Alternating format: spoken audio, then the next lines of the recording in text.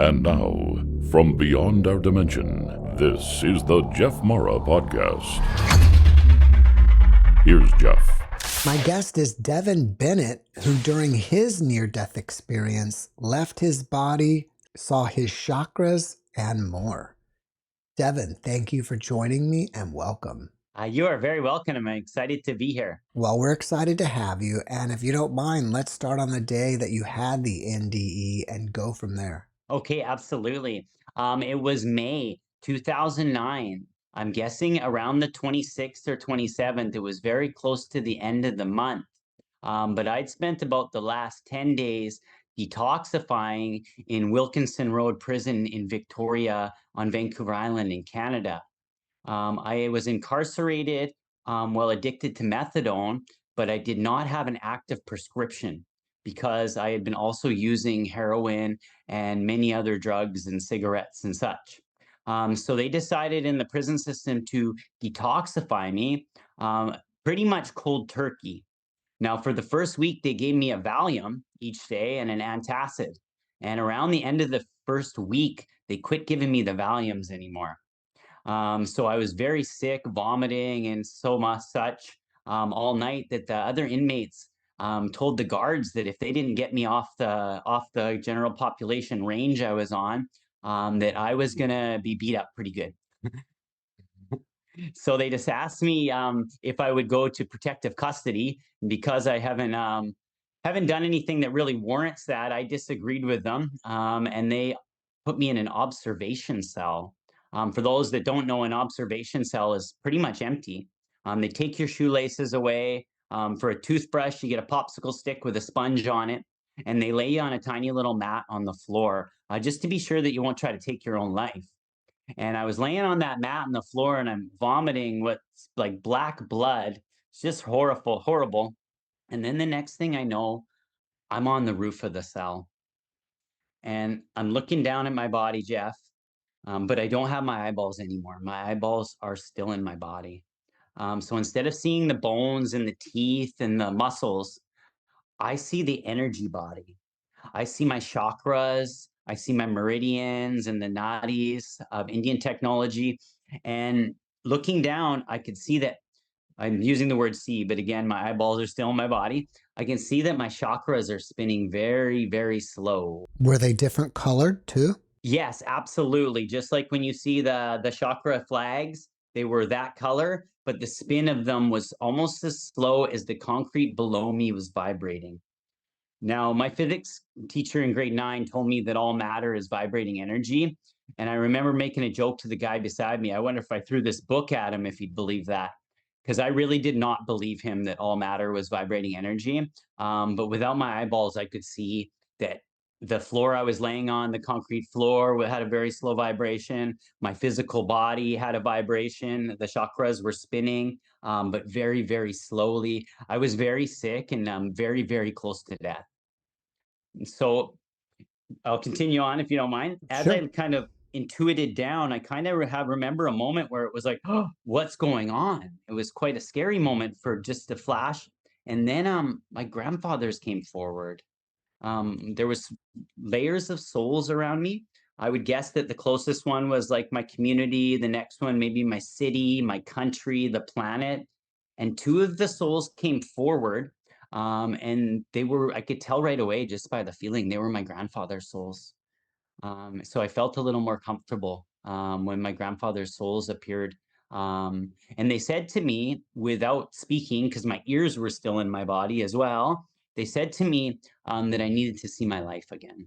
And so does that mean you needed a life review or you needed to come back? Well, it was a life review. The first thing they did is take me over the guards tower, and in the guard tower was two guards, and I would guess they were playing cards.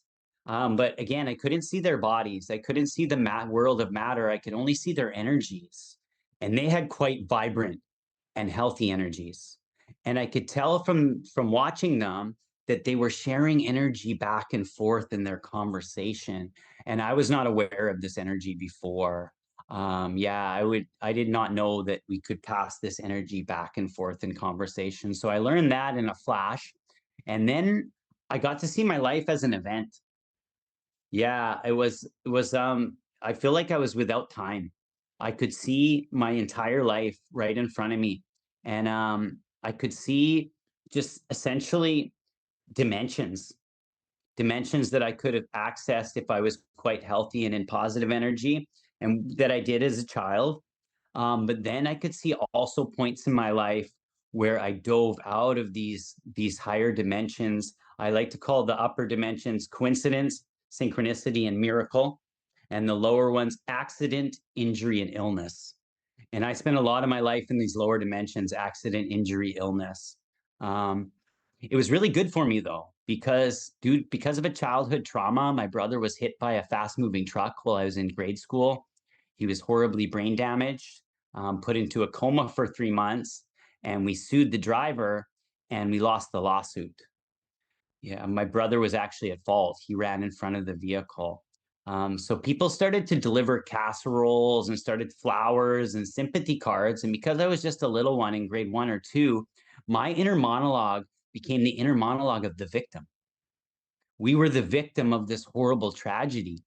And I believe having this inner victim monologue actually attracted more situations of victimization that actually just proved to me my inner belief that I was the victim, right until this NDE where I'm left on this prison floor to detoxify. But when I saw my life in review, it changed that very much. The belief that I was the victim. First, I was away from my inner monologue. My inner monologue was still running between my ears, or maybe not, but my brain was still between my ears. So I was apart from my inner monologue for the first time in my life. And watching my life in review, I could see every time that I was selfish and acted out of my ego instead of selfless, acting from my soul, I had created negative karma for myself. I was not the victim of circumstance. My karma was due to my selfish behavior in the first portion of my life, acting from ego and never listening to my soul. I love how you laid it out that the dimensions were positive and negative. I think that's brilliant. Thank you. And I realized too that we have to go into these lower dimensions. These lower dimensions that start with an accident, and if you hang out there, it becomes an injury. And if you really set up shop in injury, it becomes illness. But we have to go down into these lower dimensions. These lower dimensions are where we learn our lessons, where Hmm. we build adversity, character through adversity. We build strength in these lower dimensions. And hopefully, when it's happened, we've been pushed off the ledge, we realize it, learn the lesson, and come back up to these higher dimensions of, call the first one coincidence. And if we can stay in coincidence, it becomes synchronicity. If we can set up shop in synchronicity, we start to see miracles happen. Since you noticed that everything was energetic or energy, do you believe that this realm is some sort of simulation? I believe it's a school. I believe Earth is kind of like a school. What I saw is that before, because I was without time for about 3 minutes, I was privy to the evolution of the entire universe.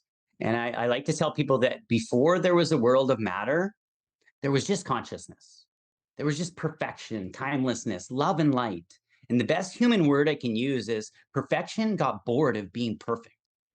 Just like the old adage that, you wouldn't enjoy the sunny days without the rainy ones.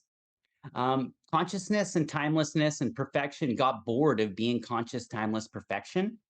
So, what I saw consciousness do, or God, some will say, compress itself down to the first element on the scene, hydrogen, the atomic weight of one. So, I think the universe started as a single element, hydrogen. But source, creator, programmed hydrogen to become more complex. So, what hydrogen did is it split and divided into helium, the second element on the periodic table, with the atomic weight of 2. And helium, well, it had hydrogen in it, so it split and divided, became beryllium, boron, and this continued on until the entire periodic table of elements was there. And then they began to mix and become life eventually. And the cool thing about being a human is we actually did this too. We were one cell in our mom's belly at one point.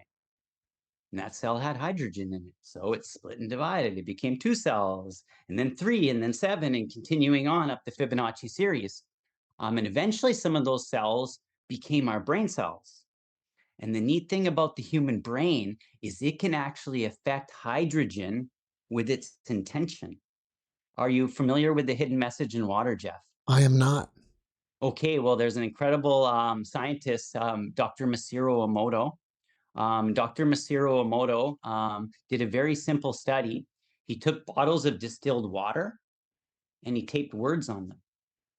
Words like love, gratitude, hate. He played music to the water, he prayed to the water, and then he froze the water and he looked at it through a high-powered microscope. And he could see that if he, one of my favorite ones I show my daughter is when he froze the words "do it" to water, there was no fractal pattern in there at all. There was no complexity. But when he taped the words "let's do it," all of a sudden a beautiful snowflake like fractal pattern showed up in the water. And it's quite beautiful to see that our intention can actually affect hydrogen, the first element on the scene, or H2O. In his study, he used water to show that that our intention affects the hydrogen and the H2O around us. So you had your life review, and then what happened? How did you come back? So after I had seen my life in review, my grandfather took me to a point in my life and kind of like stopped there. Essentially, it was an event. I could see my life as an event. I could see the whole universe as an event to the current moment at the time. And they took me to a place in my life where I was in this team. It was called Team Hero, and what we were is we were all natural bodybuilders, and our plan was to go to high schools and get up on stage and tell kids that you can get fit, you can get healthy, you can get ripped, and you don't need steroids. And before we began to do this, some of the older guys in the team found out that I was also selling drugs. So they cornered me one day and they said to me, "Look, Devon, you can't get on stage and tell kids not to use steroids and then sell them pot in the parking lot. That's just not in alignment with what we have to offer." So I got the boot off the team. And my life continued to progress down into these lower dimensions from there. So essentially, my grandfather said to me without words, "Look here, like this is a very important part of your life." And then they just placed me back in my body. And when I woke up, I was not in the prison, maximum security prison anymore. I was actually in a hospital close by, and they had me belly chained to the bed, and I was still vomiting into a garbage can. And a lady across the waiting room, it was the ER, was covering her child's eyes so he did not have to see me. And after having this out of body, this near death experience, I had a bit of an ego death. I thought I was pretty cool about 10 days before that. I had a sports cars, houses, and money, and I was selling drugs and other stupid things that go along with the drug world. And I thought I was pretty cool. My parents both worked when I grew up, so I grew up watching movies. And the movies I watched were Menace to South Central, Boys in the Hood, all these kind of OG gangster movies that were out back then. And so in my mind, I thought that was a smart thing to try to become. So I thought I was pretty cool. Had this money and I was doing good as a drug dealer. So I had a big inflated ego and a big inflated belly. I was about 225 pounds when I went into prison. But after my NDE, a beautiful nurse came up and had to try to get an IV into me. But I was so bloated from the drugs and the excessive lifestyle that she couldn't find a vein. So she called over another beautiful nurse. I don't know if you know Vancouver Island, it's a bit of a melting pot. And she was a beautiful Indo Canadian nurse. And she tried too. No, no veins in this one. So she called over another beautiful nurse of Asian ancestry, and she couldn't get a vein either. So eventually they had to call down the crotchety old IV nurse, and she was not happy to be coming down and doing these young ladies' jobs for them. She eventually got a baby IV into the back of my hand, and they administered morphine and sent me back to prison. So how did your life change after this experience, especially in prison? Well, at first, I just they put me into they didn't put me back into observation. They put me into solitary confinement when they got me back from the prison from the hospital. And I was almost right back in detoxification again about 8 hours later once the morphine that they administered wore off. So I just thought I had a psychiatric break. My mom was a psych nurse for 35 years at the largest psych hospital in our province. And my dad is a bachelor of social studies, my stepfather, my brother, a bachelor of science, my other brother, a web designer. So there was no room for spirituality at our dinner table. That never came up. We didn't talk about soul. We talked about science. My other brother had a brain injury, so we talked a lot about brain health and brain science. So at first I just thought I lost my mind. So I didn't really tell anyone about it. I just kind of kept it to myself for about 6 months while I served out my prison sentence. But three serious miracles happened in those 6 months. And I like to say that if I had a psychiatric break, I had the most beneficial psychiatric break in the history of medicine because losing my mind was just what I needed. Can you tell us about those miracles? Absolutely, absolutely. So the first one, once I had got pled guilty and pled out on the charges that I was serving that was were laid against me, I was brought to a place called RRAC, and RRAC is the regional classifications. So if anyone's been to prison, they know that before you go from jail to prison, you have to go to classifications. They have to classify you. So essentially what they do is they lock you up for 22 and a half hours a day, and they shake your cage and they see if you'll snap. And if you snap, you get to go to maximum. If you don't snap and you got bad charges, you go to medium. If you're very calm and you have very gentle charges, you'll go to minimum. Now, I was told by my IPSO, my institutional parole officer, that I was classified as medium security, and that I was going to be going to a prison very close by called Matsqui. And that Matsqui prison at that point was on a very long lockdown because fentanyl had got into the drug supply and people were dying. Now, I was just detoxifying off heroin, so I was actually excited to go to Matsqui because I thought I might be able to get some drugs there and get out of this horrible feeling that I'd had for about a month in my body from this painful detoxification from methadone. Um, so one day, the guards called me up to the guard tower, the guard booth, and told me to pack. And I told them, listen, boss, it's Monday. Monday is the William Head minimum security run. You've got your information wrong. I'm going to go back to my cell and you guys check in with my parole officer. So I go back to my cell and I hear over the thing again, Bennett to I can't remember what they called it. We called it the bubble.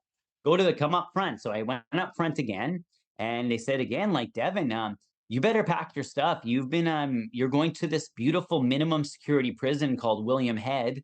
That is an open concept minimum security that's actually on a peninsula on Vancouver Island where seals are and where the whale watching crews go by. I didn't know this yet, but they told me again, I'm going to minimum security. And I again told them that they've got their information wrong and they should check again. So I went back to my cell again. And then the third time they called me up and they said, look, Bennett, if you don't pack your stuff and go to this minimum security prison, you're just going to be in this hole for another week. And then you're going to go because it looks like the warden overrode your sentence and you've been classified minimum security. So I never met the warden. I don't really understand how this happened. I met my institutional parole officer once for about 25 minutes. And she questioned why I called my partner at that time, my old lady, and seemed to not like me very much.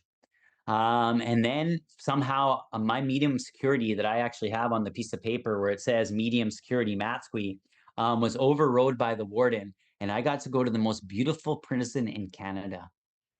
It has a Buddhist garden. It has a sweat lodge. It has a beautiful gym. It's on a peninsula, and it has just a beautiful prison. So I that was my first miracle.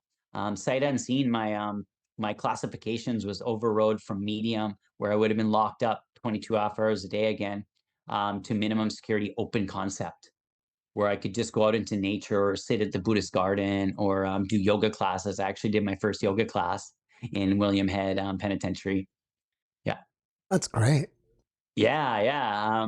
The second miracle came quite shortly afterwards. I was supposed to be, when you go to prison in Canada, you can be on accelerated parole if you don't have any intense charges like assault, which I did have.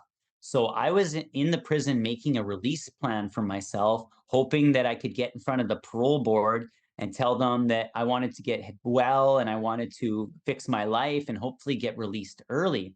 And all the other inmates around me said, "You're wasting your time, buddy.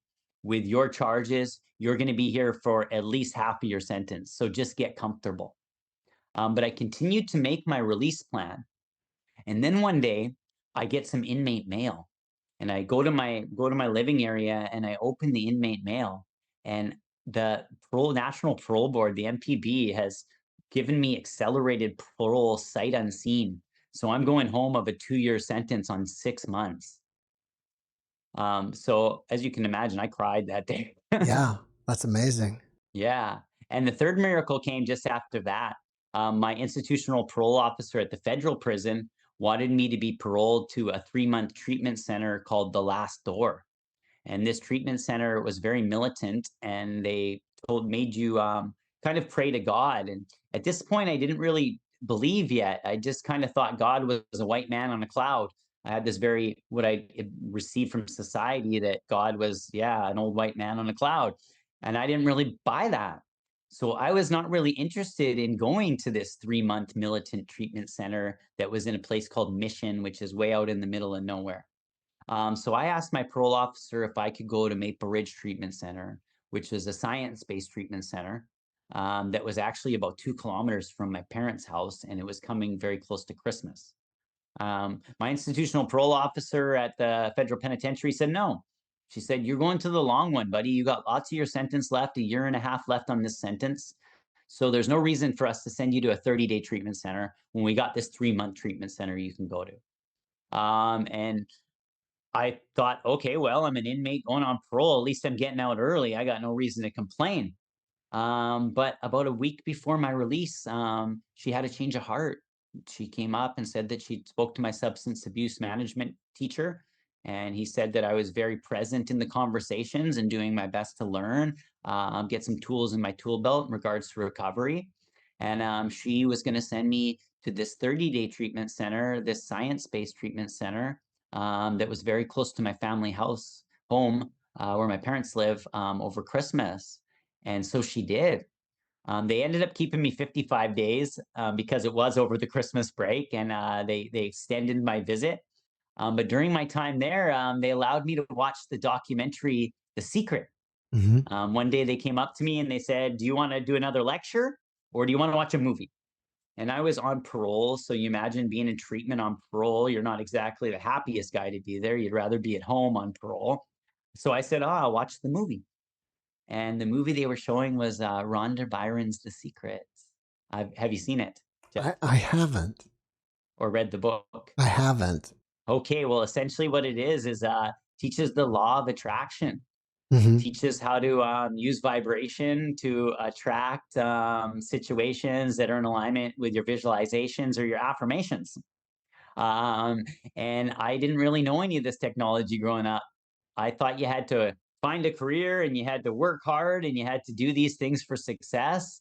But this movie suggested that I could begin visualization and make a vision board. And I started to do daily affirmation as well. I added a practice of daily affirmation to that. And a lot of what this did too is seeing this movie allowed me to find some words to kind of support what I saw in my near death experience, that I didn't really understand. Why I thought it was a psychiatric break, because I didn't really understand what I saw yet. Were you successful at manifesting things? Jeff, yes, yes. I went from being a 100-pound overweight drug addict to teaching about 4,000 yoga classes in my hometown without making a resume yet. For the last 13 years, I've worked in a sales career, selling zero emission heating systems, and reduced about 3,000 tons of carbon footprint for people in my hometown, while getting them large government rebates and zero interest government loans to make this very eco friendly decision. I've got into massage and sound therapy through synchronicity. I have a little studio downtown in my hometown where I do massage and sound therapy. And for the last year, I've been working as a psychedelic trip sitter for people, helping people process trauma using psychedelics. That's great. Would you say that you grew up potentially an atheist since you came from a science background? Absolutely. We went to church once. and they asked us to leave the Sunday school because me and my brother were a wild handful. Our dad was incarcerated as I was born, so our mom raised us. And my brother, before his car accident, was a wild one. My dad had kidnapped him for 3 months and taken him to Arizona from Canada, and it really traumatized him. It made him really scared of men. And so when my mom was getting remarried, he essentially ran in front of a moving vehicle. I would assume after this NDE, now you have belief in some sort of creator, right? Oh yeah, absolutely. I believe we come from consciousness to experience self-consciousness. We come from timelessness to experience time, and we come from perfection to experience imperfection. I believe Earth to be the juxtaposition to heaven, essentially, is a good word. Would you say that all of us collectively are God? I believe if your heart's beating, you got source inside. Yeah, I believe we all come to Earth and we have this beautiful soul. And while the fontanelle is soft on the head, we're still connected to source. We share our toys, we share our food. And I believe as the fontanelle begins to harden, we start to believe that we really exist separately from God. But luckily, it's only for a certain amount of time, however long we live. And then we get to go back to timelessness again. So I believe being human, we just come here and we go, oh, this is so uncomfortable. Oh, I'm always worried about time. I feel imperfect all the time. And then we peel the meat suit off. We go, I'm timelessness again. I'm consciousness again. I'm not worried about having broccoli in my teeth or if my zipper's undone anymore. So I really think the Earth School is just it's the juxtaposition to consciousness to heaven. What inspires you about your experience? What most inspires me about my experience? Well, I think that I'm able to find the language to explain to people inner duality. We all are pretty clear on outer duality. We got night and we got day. We got left and we got right. We got in and out. We got back and front. We got all these opposites.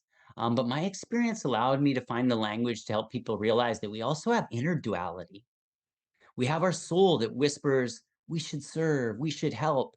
When you drive by someone on the highway with a flat tire, your soul says, we should pull over and help. But then we also have an ego that says, but I gotta pee. I'm hungry, I'm tired, I'm cold. So we have this inner duality going on of this loud ego telling us that we truly exist in time and space, and this sweet whisper of our soul going, no, just kidding. It's just a ride. It's just an illusion. So if we were to go to our doctor nowadays and kind of explain this situation of inner duality, there's a really good chance that we'd get medicated for mental illness. They'd go, oh, that's a classic bipolar, or that's multiple personalities, or you have dissociative disorder. But this is the human experience. We all have this inner duality of soul whispering our purpose while ego yells, I'm cold, I'm hungry, and I gotta pee.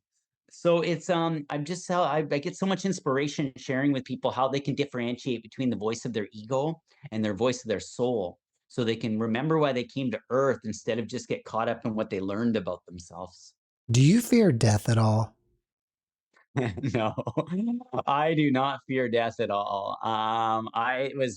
The best way I can describe how it felt to leave my body. I borrowed this from Gary Zukov, but it was like the universe is a teacup, a warm teacup, and I was a sugar cube, poof, getting thrown into that teacup. And as I left my body behind, I was just melting into everything. The scientists say that they can't figure out what's making the subatomic particles dance. And we have the electrons and protons doing all these things, superpositioning and all these things. The scientists can't figure out what's making those subatomic particles dance. I felt like it was my soul. I was becoming the glue that was holding the universe together. And I have a kind of litmus test for this if you want to take it with me, Jeff. Sure. Okay, so my grandfather was a great hero of mine. My grandpa Jack, he wasn't my biological grandfather, but he came to me when I was left my body. And my grandpa Jack was my hero, and he lived in Tacoma, Washington. So to see my grandpa Jack, I had to drive about 6 hours. And the closest I could get to my grandpa Jack was a real nice, good, tight hug. Now, my grandpa Jack has left his body now. So, like I'm saying, he's the glue that's holding the universe together.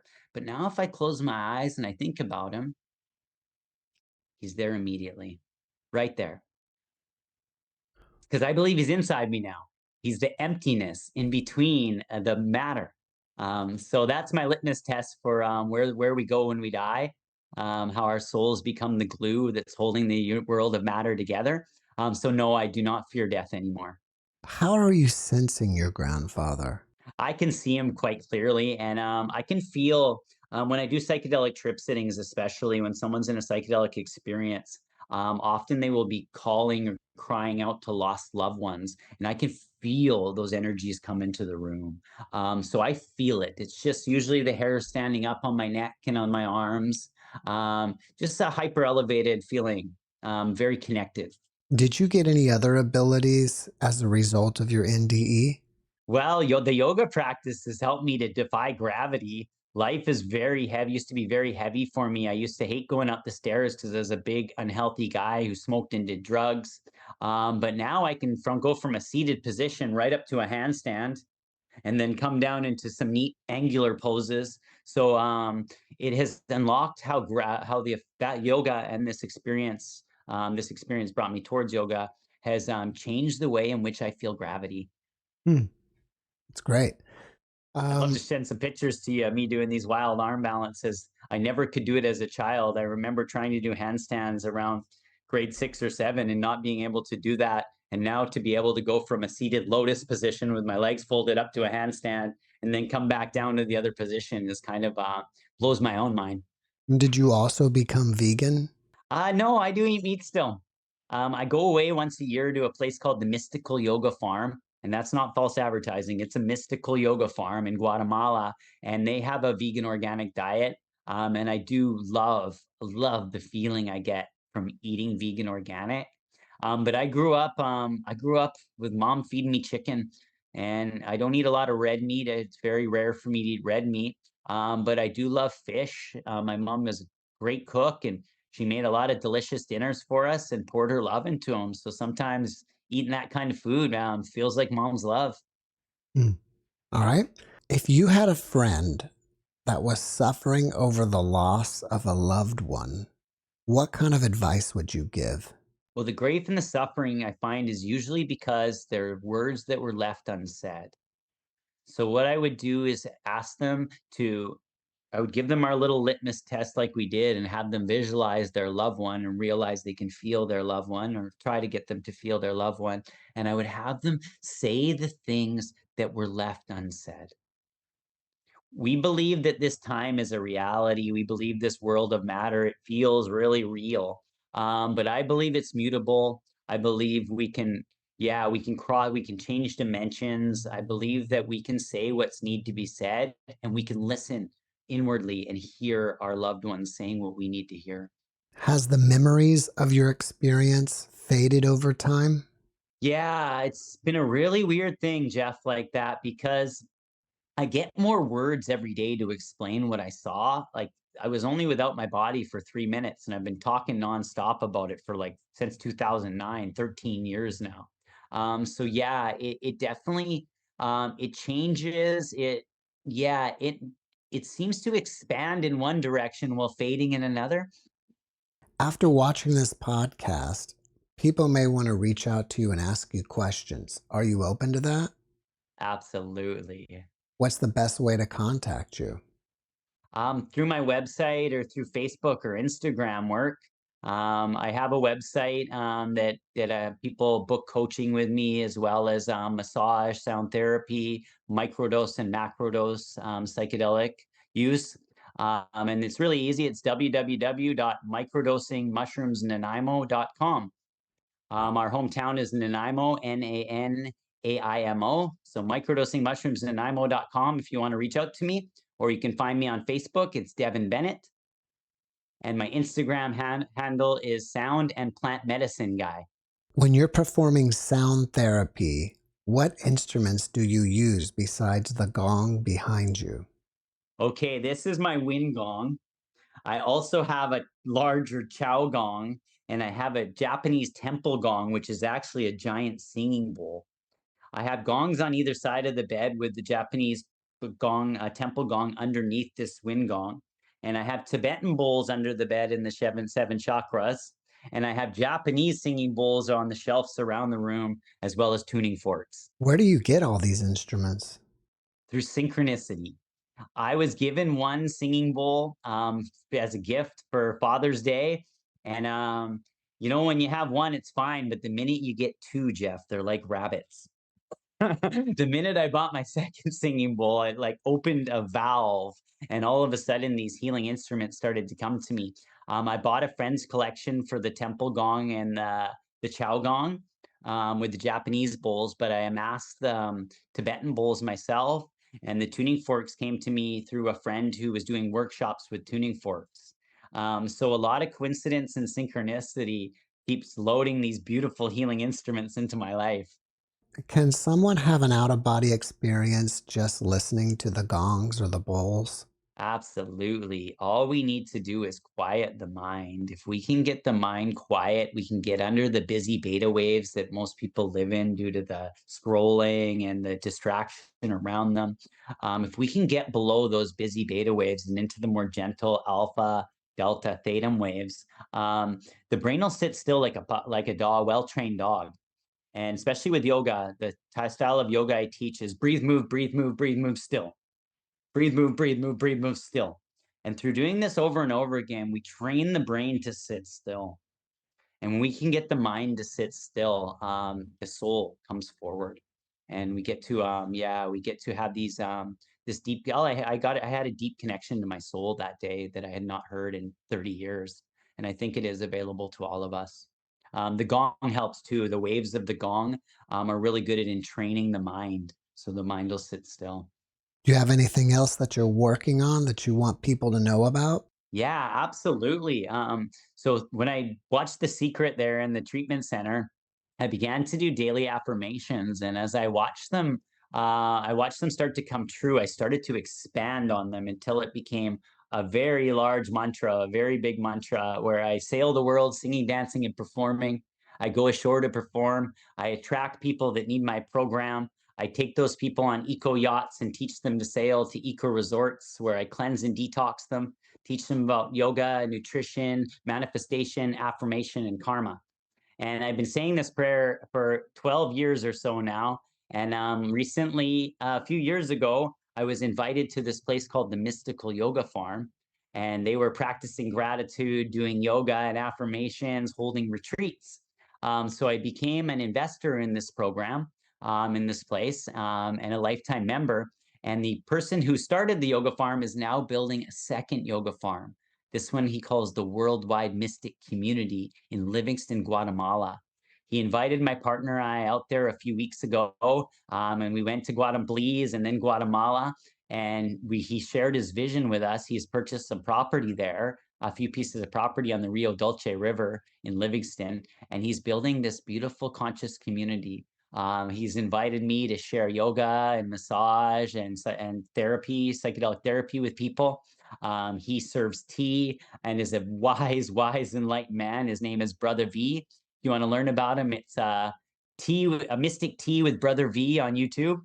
And we're looking for other like-minded individuals that want to join this conscious community with us and build this kind of new earth. Obviously, The Secret has been successful for you, but for many people, it doesn't work.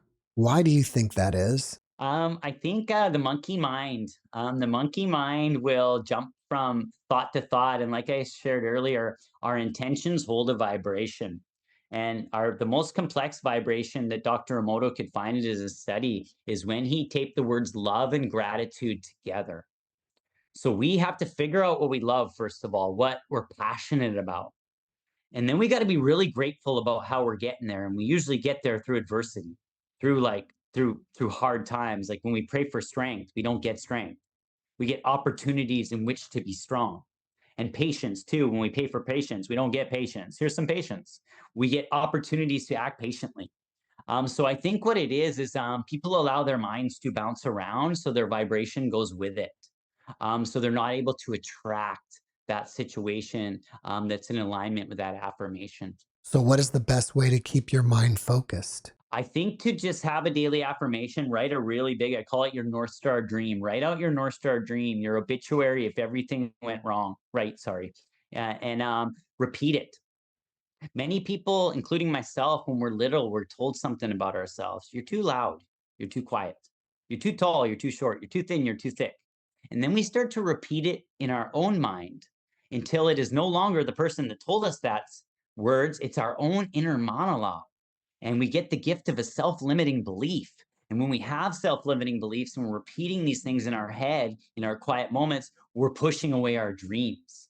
So I think people should come up with a really clear affirmation, sails the world, rides horses on beaches, whatever the big dream is. They need to get really clear on it, and they need to repeat it more times than whatever they repeated negative about themselves. So I think daily affirmation, I like to say affirmation plus repetition turns information into transformation.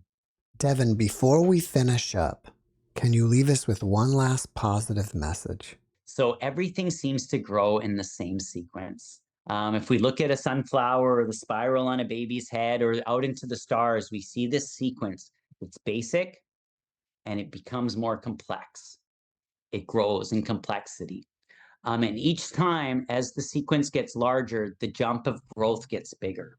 And this is what's happening for our consciousness.